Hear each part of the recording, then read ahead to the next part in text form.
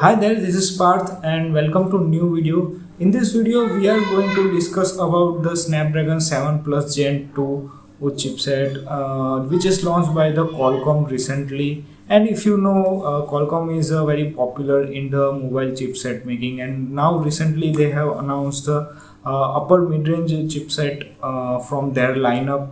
And this is sort of a chipset which sits in between the a mid-range smartphone and the flagship smartphone. For an example, if you take the smartphones of the OnePlus, that is OnePlus Nord, OnePlus Nord 2, then these all smartphones comes in this category, maybe around above the 30,000 price point. So let's discuss in today's video what are the improvements that they are offering with this new chipset.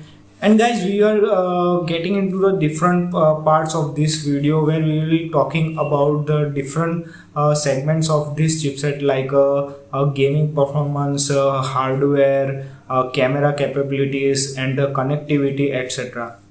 Now first let's talk about the architecture, and this will be divided into the three different clusters, and the first cluster will be based on the Cortex X2, and that will be a most powerful one. It will be clocked at around 2.91 gigahertz, and the second one will be divided into the four core structure, and that will be powered by the Cortex A710 architecture, and it will be clocked at around 2.49 gigahertz. And the last but not the least, that will be a 4-core structure, and it will be based on the Cortex 510 architecture, and it will be clocked at around 1.8 gigahertz, and this will be a most power efficient core. So for the smaller tasks like a regular browsing and stuff, this core will be used so that you can save power on your smartphone, and for the high-end tasks like gaming and photo editing and video editing and stuff,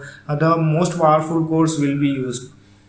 So as you can see by looking at the core structure, it is a 8-core architecture, and they have structured it with in line with the Snapdragon 8 series processor. So it is not as much as powerful as the Snapdragon 8 series processor, but yes, there will be a difference in the clock frequency, so you can actually expect the performance improvement. And Qualcomm says that this will be a power efficient by 13% if you compare it with the predecessors. So overall CPU performance will be getting the 50% faster as claimed by the Qualcomm, and also in front of a gaming, if we talk about, then GPU will be a 2 cross more powerful, that is a double for the if we compared it with the previous generation CPUs. Now let's talk about connectivity, and here also Qualcomm claims that they have now gone with the new 5G modem, that is a Qualcomm X62 modem, and with this modem they are claiming that we can get the download speeds up to 4.4 Gbps, and also now this new chipset will support the dual SIM dual standby mode, so we can use the 5G SIMs or the 4G SIMs in our smartphones. So as you can see in the connectivity front also, they have improved up quite a bit if you compare it with the previous generation Snapdragon chipsets, especially the 7th generation chipsets. Now let's talk about the display, charging, and another miscellaneous stuff. Then this smartphone will be support the LPDDR5 RAM up to 32 megahertz frequency, so which is a nice thing. And also this one now can support the 16 up to 16 GB of RAM. So upper mid-range smartphone now can have a manufacturer can put a more amount of RAM on it. And also now if we talk about charging and stuff, then this new chipset will have a support for the Qualcomm Quick Charge 5, so it will be a much more faster than older generation of the Quick Charge. But yes, if we compare it with the proprietary charging protocols like Test Charge and the Book Charging, then still it is not as fast as that one.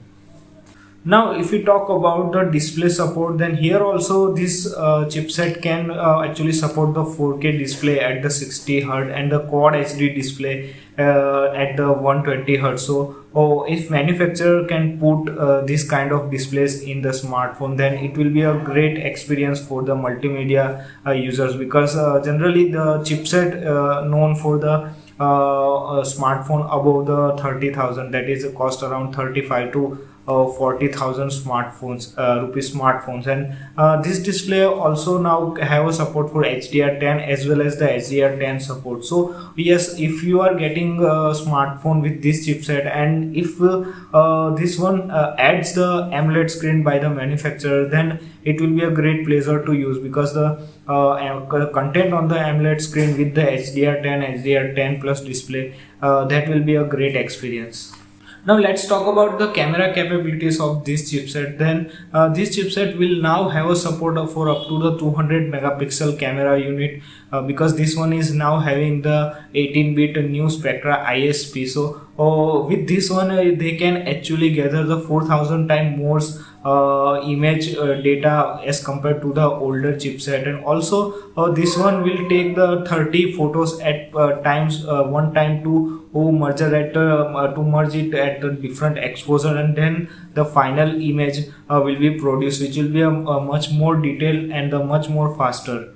Now, if we talk about the gaming department, then this chipset has got a new feature called the auto variable rate shading, in which what happens is, let's say you are playing a game, then the main content which is in the focus for the most part of the content will be processed at the higher resolution, and the other parts which is not that important and at that not high priority will be a process at the much lower resolution, so that it can improve the overall efficiency as well as the experience of the gaming. And obviously for the gaming, this one will be having the much better GPU, improved GPU, if we compare it with the older generation of chipsets.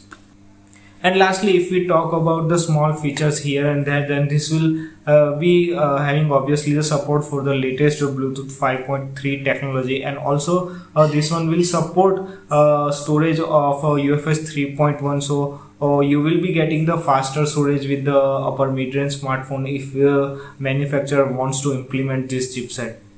So that was all about the latest Qualcomm Snapdragon 7 Plus Gen 2 chipset. Obviously, this looks certainly very promising chipset from Qualcomm.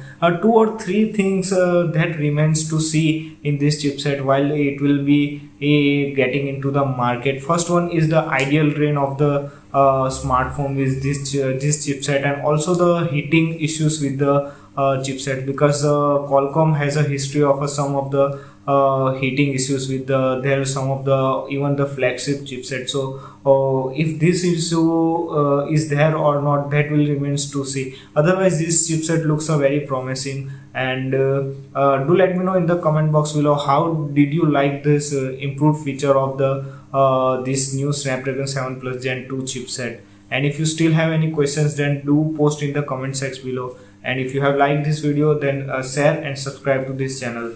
I hope to see you in my next video. Goodbye. Take care.